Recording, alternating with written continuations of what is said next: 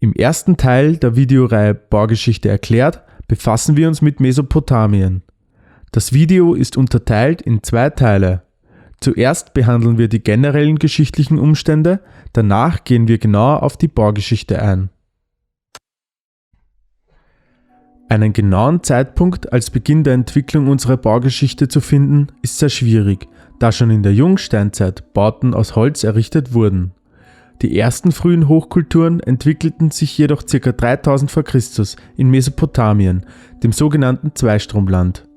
Zweistromland deshalb, weil damit das Gebiet um die Flüsse Euphrat und Tigris gemeint ist, welches heute vor allem im Irak liegt. Hier entwickeln sich die ersten Städte der Menschheitsgeschichte, wobei bis heute nicht ganz klar ist, welche Stadt nun wirklich die älteste ist. Oft wird Jericho dieser Titel zugeschrieben. Ihre Anfänge werden derzeit auf ca. 8500 v. Chr. datiert. Die Stadt bestand hauptsächlich aus rundlichen Bauten, welche aus luftgetrockneten Lehmziegeln errichtet wurden. Diese beherbergten damals ca. 2000 Menschen und wurden von einer Stadtmauer umgeben. Die Entstehung von Städten hatte mehrere Gründe. Einerseits begannen die Menschen in den Jahrtausenden davor mit dem Anbau von Getreide, welche durch Bewässerungsanlagen verbessert wurde. Andererseits wurde damit begonnen, Vieh zu züchten. Ein weiterer zentraler Punkt war die Erfindung der ersten Schrift, die sogenannte Keilschrift.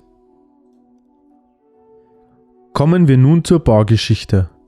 Da die geotechnischen, politischen und religiösen Voraussetzungen bereits über Jahrtausende dieselben waren, konnten sich 3 hauptsächliche Bauaufgaben in dieser Zeit herauskristallisieren. Diese waren der Tempel, der Palast und die Stadtmauer. Tempel, die Sakrale der 3 Bauaufgaben, werden in Mesopotamien in Form von gestuften Tempeltürmen errichtet, welche man Zikkurat nennt. Der bekannteste Tempelbau ist mit Sicherheit der legendäre Turm zu Babel. Generell ist der Tempel die älteste dieser Bauaufgaben. Er hat seinen Beginn bereits im 4. Jahrtausend v. Chr. in den sogenannten Tempelstädten, welche gleichzeitig als erste monumentale Architektur der Geschichte gelten. Der Palast hingegen hat seinen Ursprung im mesopotamischen Hofhaus, dem damaligen Standardwohnbau im Orient. Durch Hinzufügen einzelner Teile zu diesen Häusern entwickeln sie sich teilweise bis zur Größe einer ganzen Stadt. Die Stadtmauer ist die königliche Bauaufgabe, da sie machtpolitisch sehr wichtig ist. Erbaut wurde sie gleich wie Tempel und Palast, meist aus luftgetrockneten Lehmziegeln, welche später teilweise mit glasierten Ziegeln verkleidet wurden. Die älteste Stadtmauer ist die der Stadt Uruk.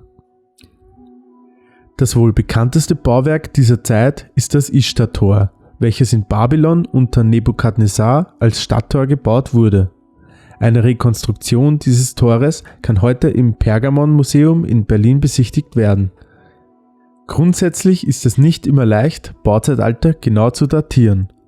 Das Ende dieser Zeitspanne kann jedoch mit der Übernahme Alexander des Großen im Jahr 330 v. Chr. Angenommen werden. Falls ihr mehr über Mesopotamien erfahren wollt, gebt dem Video einen Daumen nach oben und schreibt eure Fragen in die Kommentare. Gerne könnt ihr diesen Kanal auch kostenfrei abonnieren und die Glocke aktivieren, sodass ihr nichts mehr verpasst.